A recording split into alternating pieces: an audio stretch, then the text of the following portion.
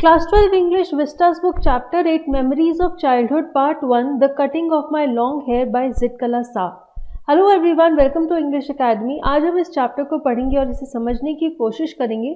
इस चैप्टर में दो पार्ट्स हैं और आज हम पार्ट 1 करेंगे the cutting of my long hair. इसकी राइटर है जितकला सा। ये उनका पेन नेम है और उनका एक्चुअल नेम है गर्ट्रूड सिमंस बोनेन।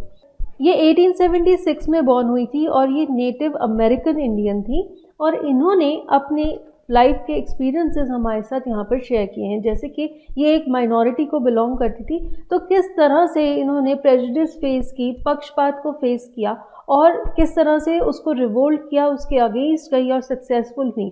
तो वो चीज़ हमें इनकी लाइफ से देखने को मिलती है और साथ ही साथ हमें इंस्पिरेशन भी मिलती है। तो चलिए इस इंटरेस्टिंग चैप्टर को शुरू करते हैं।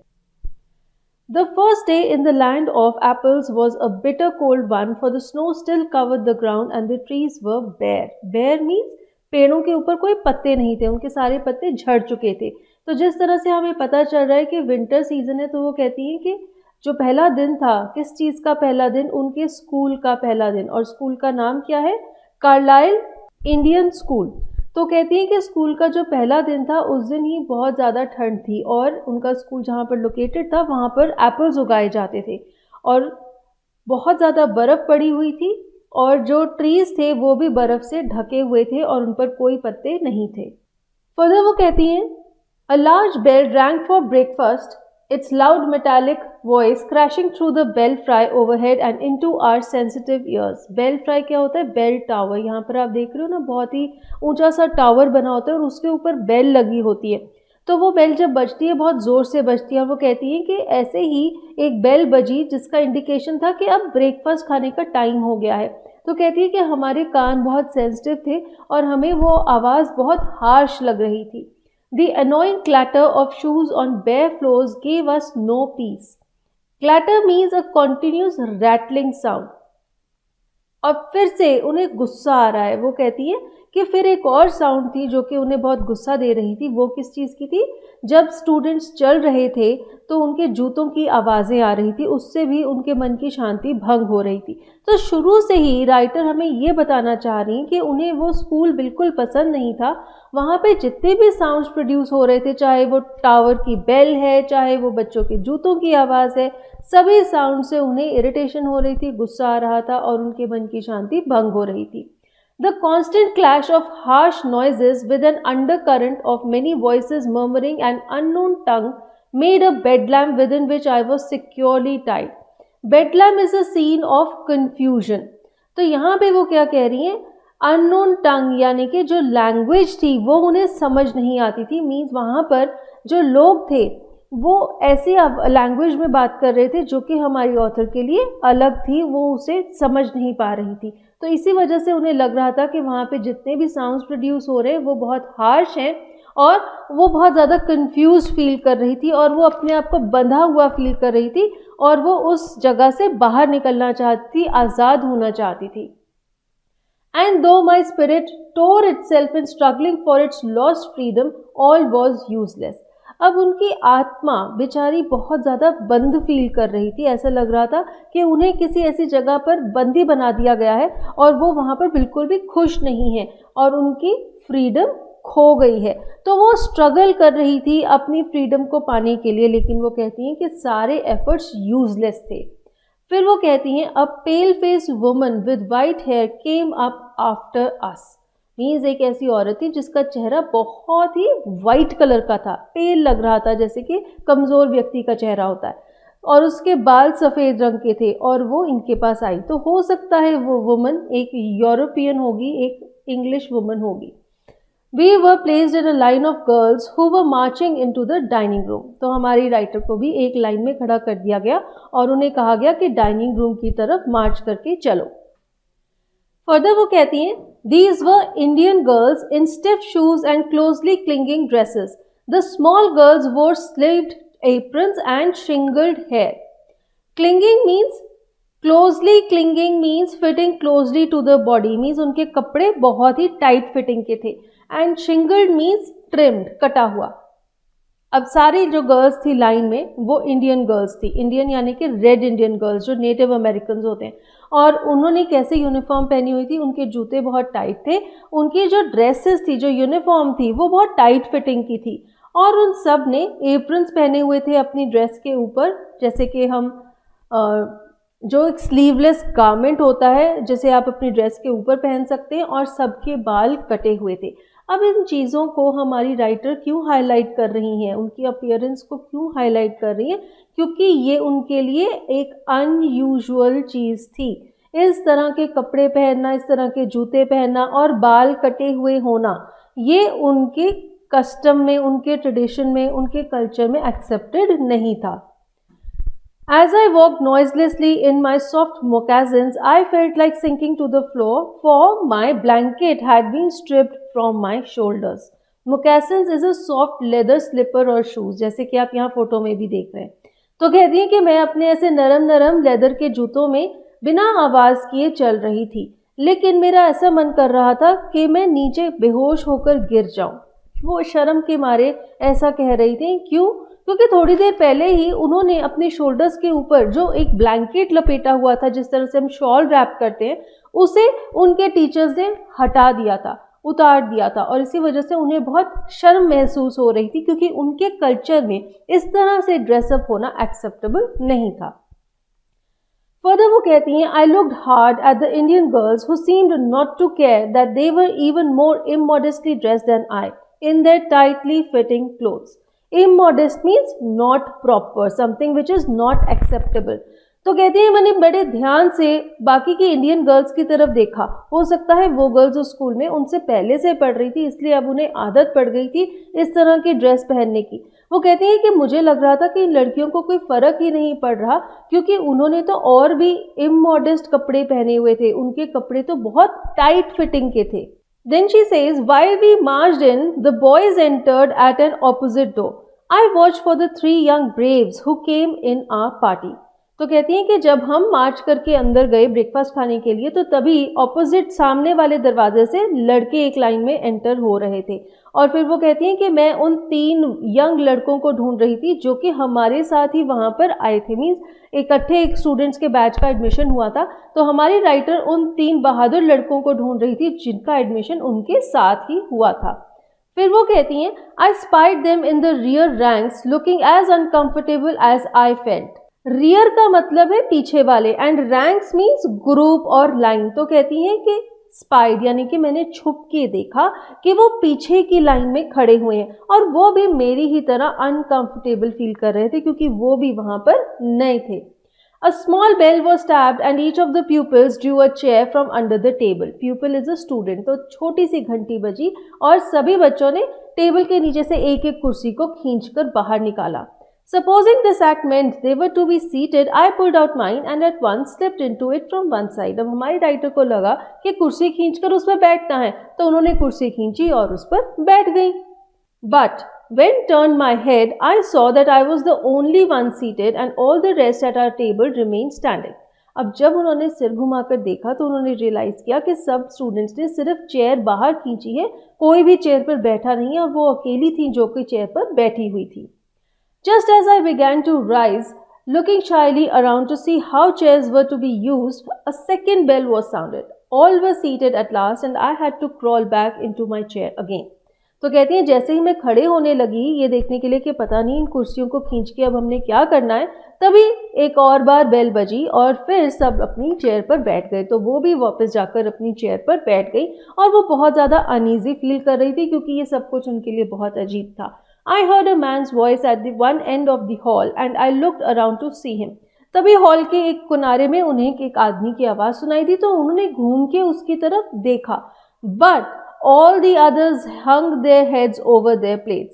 किसी और स्टूडेंट ने उस आवाज़ की तरफ नहीं देखा, सभी के सिर उनकी प्लेट्स के ऊपर लटके हुए थे, क्योंकि उन्हें पता था कि इस तरह से ही उन्हें बिहेव करना है। और हमारी राइटर जो कि नई थी, उन्होंने जब देखा कि कोई बोल रहा है तो एक नेचुरल इंस्टिंक्ट की तरह उन्होंने उस व्यक्ति की आवाज़ की तरफ सिर घुमाकर देखा।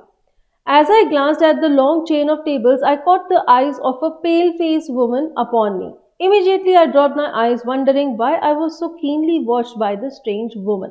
तो कहती हैं कि जैसे ही मैंने टेबल्स की लंबी कतार की तरफ देखा और उस आदमी की आवाज़ की तरफ देखा, तो मेरा ध्यान गया कि एक पेल फेस वुमन, वही सफ़ेद चेहरे वाली औरत मुझे घूर रही है। और फिर एकदम से मैं नीचे की तरफ बाकी स्टूडेंट्स की तरह मुंह लटका कर देखने लग गई, क्योंकि मैं ये सोच रही थी, मैं कॉन्शियस हो गई थी कि पता नहीं वो औरत मुझे क्यों घूर रही है, शायद मैंने कुछ गलत काम किया है। The man ceased his mutterings and then a third bell was tapped.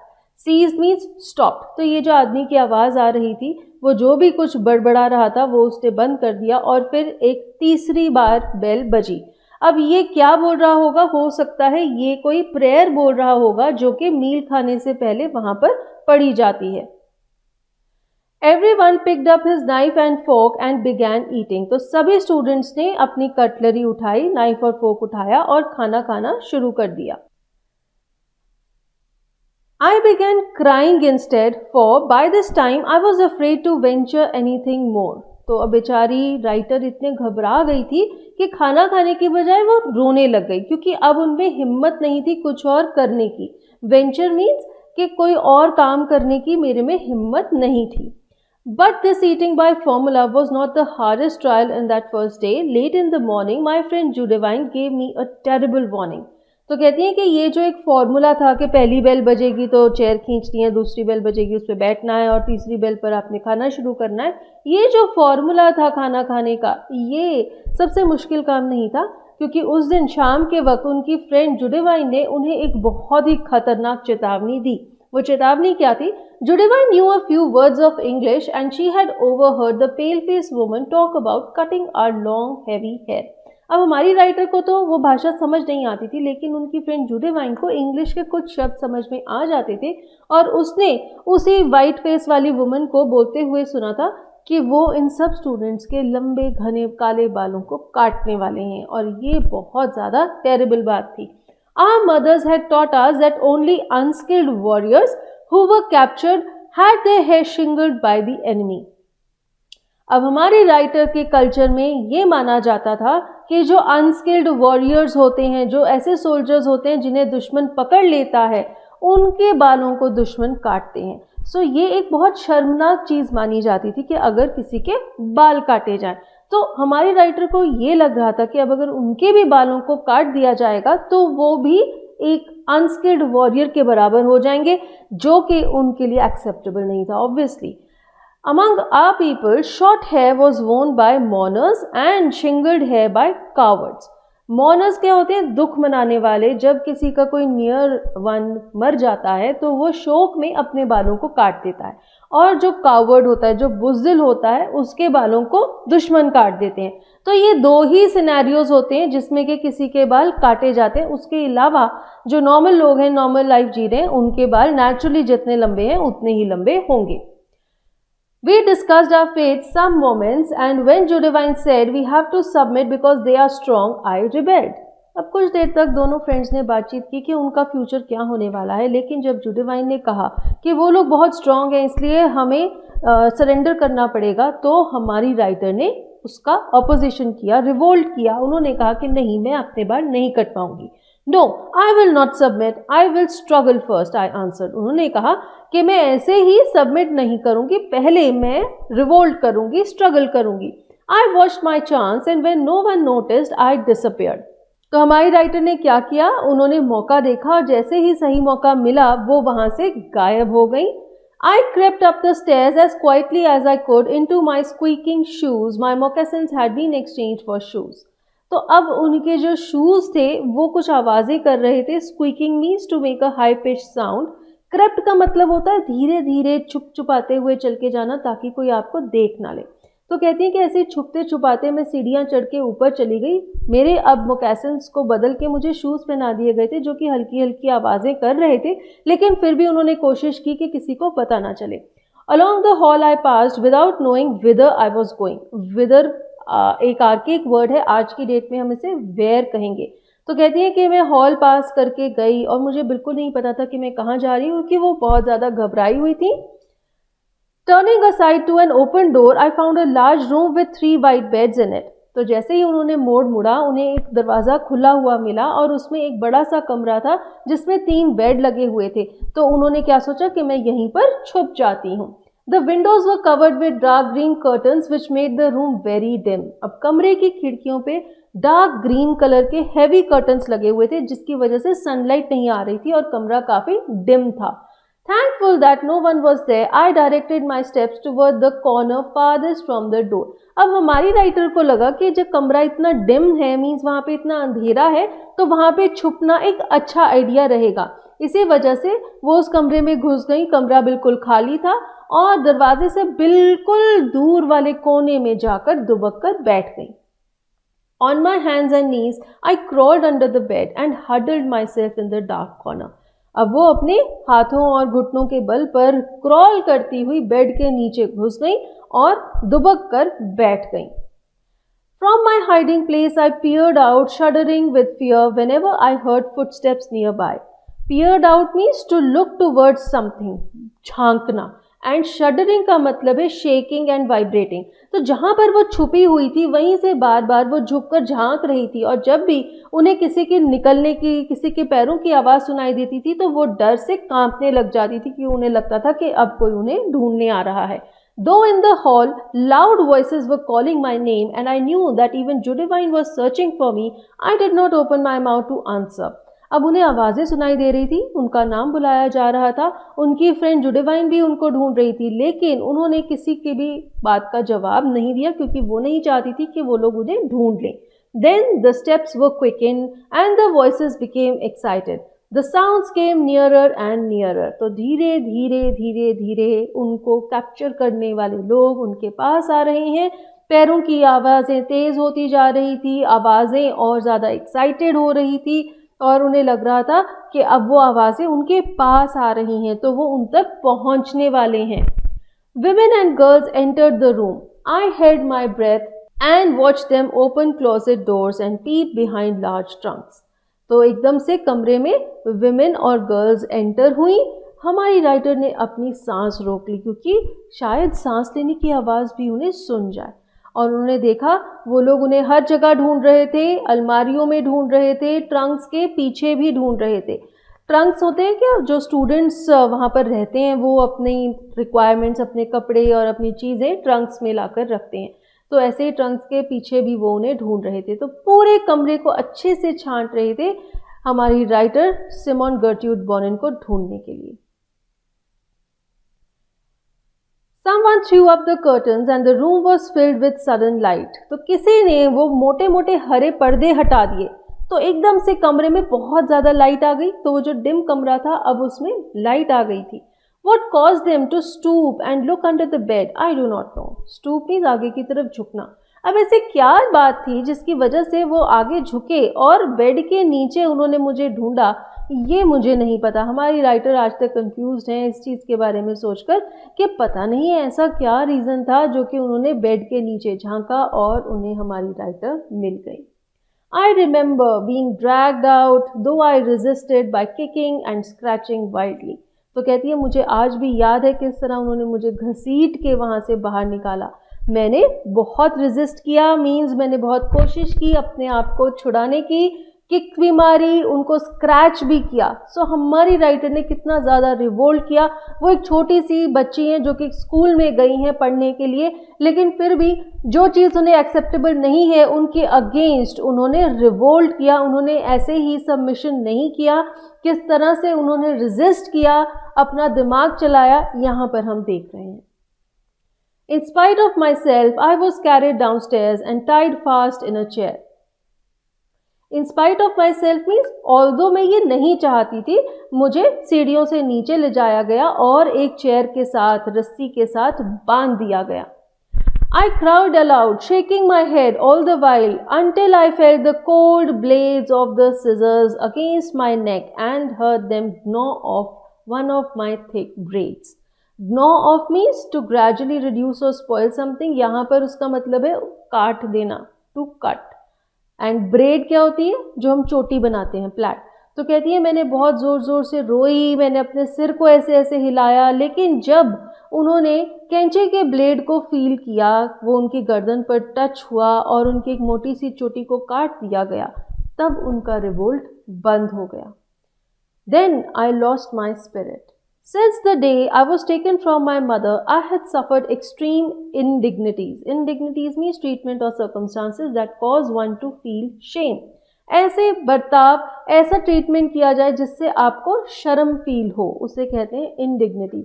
तो कहती हैं कि जैसे ही मेरे बालों को काट दिया गया, मुझे ऐसा लगा कि मेरी स्पिरिट, मेरी आत्मा को ख़त्म कर दिया गया है। और वो कहती हैं कि जिस दिन से मुझे मेरी माँ से अलग किया गया है, मैंने ऐसे बहुत सारी चीज़ें सफ़र की हैं जिनसे मुझे बहुत ज़्यादा शर्म महसूस हुई है, क्योंकि उन्हें अपने कल्चर को छोड़कर एक ऐसे कल्चर को अडॉप्ट करना गया जो कि उनके कल्चर के हिसाब से बहुत ही लो लेवल का था, और जिसमें कि उनके जो मॉरल्स हैं, उनकी वैल्यूज़ हैं, उन्हें छोड़ना पड़ा। People had stared at me. I had been tossed about in the air like a wooden puppet. तो कहती हैं कि लोग मुझे घूरते थे, मुझे हवा में एक पपेट की तरह उड़ाया गया। जैसे लकड़ी का बना एक खिलौना होता है, उसे हम किसी भी तरह से तोड़ मरोड़ सकते हैं, खेल सकते हैं, उछाल सकते हैं, उसकी कोई फीलिंग्स नहीं होती ना। तो कहती हैं कि मुझे भी इसी तरह से ट्रीट किया गया। मैं एक ह्यूमन बीइंग थी, लेकिन मुझे एक खिलौने की तरह ट्रीट किया गया, और मैं कुछ भी नहीं कर सकती थी, मैं कुछ भी रिवोल्ट नहीं कर सकती थी। जैसा मेरे साथ किया गया, मुझे वो टॉलरेट करना पड़ा। And now my long hair was shingled like a coward's. In my anguish, I mourned for my mother, but no one came to comfort me. Anguish means severe mental or physical pain or suffering. और फिर वो कहती हैं कि अब मेरे लंबे बालों को भी काट दिया गया, जैसे कि एक बुज़दिल इंसान के बालों को काटा जाता है।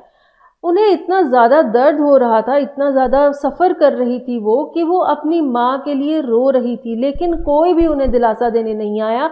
उनकी माँ तो उनके पास थी ही नहीं, और किसी और ने भी उन्हें किसी तरह का दिलासा नहीं दिया। Not a soul reasoned quietly with me, as my own mother used to do. For now I was only one of the many little animals driven by a herder. तो कहती हैं कि कोई भी ऐसी सोल, यानी कि कोई भी ऐसा व्यक्ति नहीं था जिसने मेरी फीलिंग्स को शेयर किया हो, जैसे कि मेरी माँ करती है। किसी ने भी उनकी इमोशंस को उनके साथ शेयर नहीं किया। और फिर वो एक कंपैरिजन कर रही हैं। वो कहती हैं कि जिस तरह से एक भेड़ चराने वाला सारी भेड़ों को हाँकता रहता है और वो उसकी ही मार्गदर्शन पर चलती रहती हैं, इसी तरह से मैं भी एक भेड़ की तरह थी, और अब मुझे भी जो हर्डर था वो किसी भी डायरेक्शन में ले जा रहा था, और मैं उसी डायरेक्शन में जा रही थी। जिस डायरेक्शन में वो मुझे जो काम करने के लिए कह रहा था, वो ही मैं करती जा रही थी। इसके साथ ही ये चैप्टर ख़त्म हो जाता है। The cutting of my long hair written by Zitkala Sa. ये चैप्टर हमें सोचने पर मजबूर कर देता है कि किस तरह से कोई लोग या कोई ऐसे ऑर्गेनाइजेशंस या कोई ऐसा माहौल हमें कुछ ऐसे काम करने के लिए मजबूर कर सकता है जो कि वैसे हम ना करना चाहें, और उस सिचुएशन में एक इंसान कैसे उसका रिवोल्ट कर सकता है, कैसे उसके अगेंस्ट जा सकता है, ये सब हम सोचने पर मजबूर हो जाते हैं। So I hope you liked the chapter and you've understood it. If you have any doubts, you can share in the comments. And with this is Ruchika signing off. Till we meet next, take care. Goodbye.